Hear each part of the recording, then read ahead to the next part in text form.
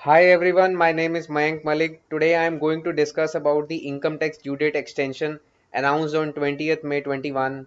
It is a big relief for taxpayers. So let's begin. Statement of financial transaction जो कि file की जाती है फाइनेंशियल ईयर 2021 के लिए, जिसकी ओरिजिनल ड्यू डेट 31 मई है, उसको एक्सटेंड करके 30 जून कर दिया गया है। स्टेटमेंट ऑफ रिपोर्टेबल अकाउंट जो कि कैलेंडर ईयर 2020 के लिए फाइल होती है, उसकी ड्यू डेट भी 31 मई से एक्सटेंड करके 30 जून कर दी गई है। टीडीएस स्टेटमेंट और रिटर्न फॉर क्वार्टर 4 यानी कि quarter ending March for financial year 2021, जिसकी ओरिजिनल ड्यू डेट 31 मई थी, अब उसको भी बढ़ाकर 30 जून कर दिया गया है। हाउएवर प्लीज नोट, ये एक्सटेंशन जो है वो टीसीएस रिटर्न के लिए नहीं आया है। क्या मतलब सर? इसका मतलब जो भी डेट बढ़ाई गई है वो टीडीएस रिटर्न के लिए बढ़ाई गई है, टीसीएस रिटर्न के लिए कुछ भी चेंजेस नहीं हुए हैं, ओरिजिनल ड्यू डेट्स ही एप्लीकेबल हैं। नेक्स्ट, जो हमें टीडीएस सर्टिफिकेट इशू करना होता है फॉर्म 16 में यानी कि सैलरी के लिए, उसकी ओरिजिनल ड्यू डेट 15 जून से बढ़ाकर अब 15 जुलाई 21 कर दी गई है। Income tax return due date for non audit cases for assessment year 21-22, यानी कि कौन से केसेस? रेगुलर असेसीज वाले केसेस, यानी कि जिनके ऊपर टैक्स ऑडिट एप्लीकेबल नहीं है, जिनकी ओरिजिनल ड्यू डेट 31 जुलाई थी, अब वो डेट बढ़ाकर 30 सितंबर कर दी गई है।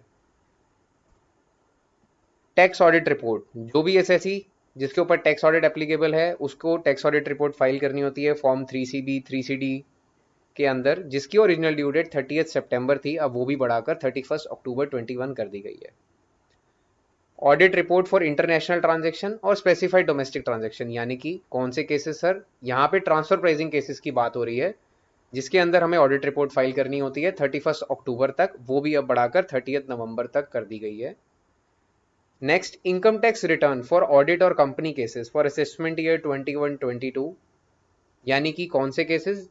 कोई भी ऐसे केसेस जिनके ऊपर टैक्स ऑडिट एप्लीकेबल है, कंपनीज हैं, उनकी ओरिजिनल ड्यू डेट 31 अक्टूबर 2021 से बढ़ाकर अब 30 नवंबर कर दी गई है।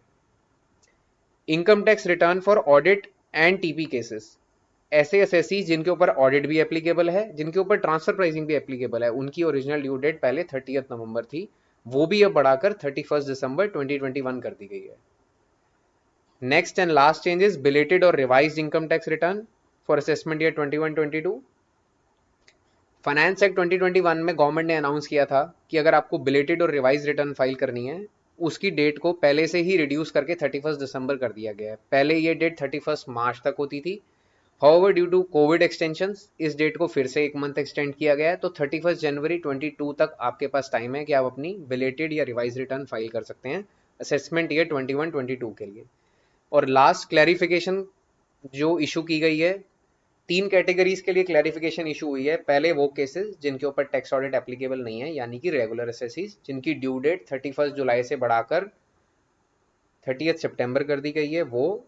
Second, income tax return for audit और कंपनी केसेस जिनकी ओरिजिनल ड्यू डेट 31 अक्टूबर थी और बढ़ाकर 30 नवंबर कर दी गई है। थर्ड, वो वाले एसएससी जिनके ऊपर ऑडिट और टीपी दोनों एप्लीकेबल हैं, जिनकी ड्यू डेट बढ़ाकर 31 दिसंबर कर दी गई है, उनके केस में गवर्नमेंट ने क्लैरिफिकेशन इशू किया है, अगर आपकी टोटल टैक्स लाइबिलिटी 1 लाख या उससे ऊपर है, तो आपके ऊपर 234A का इंटरेस्ट एप्लीकेबल हो जाएगा। क्या मतलब sir?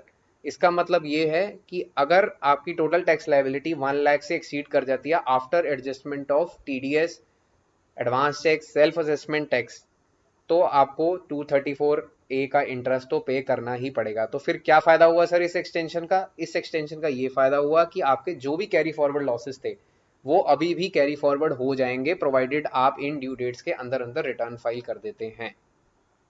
I hope you have liked my video. Please share and subscribe to my YouTube channel and Telegram channel for regular GST updates and income tax updates. Thank you.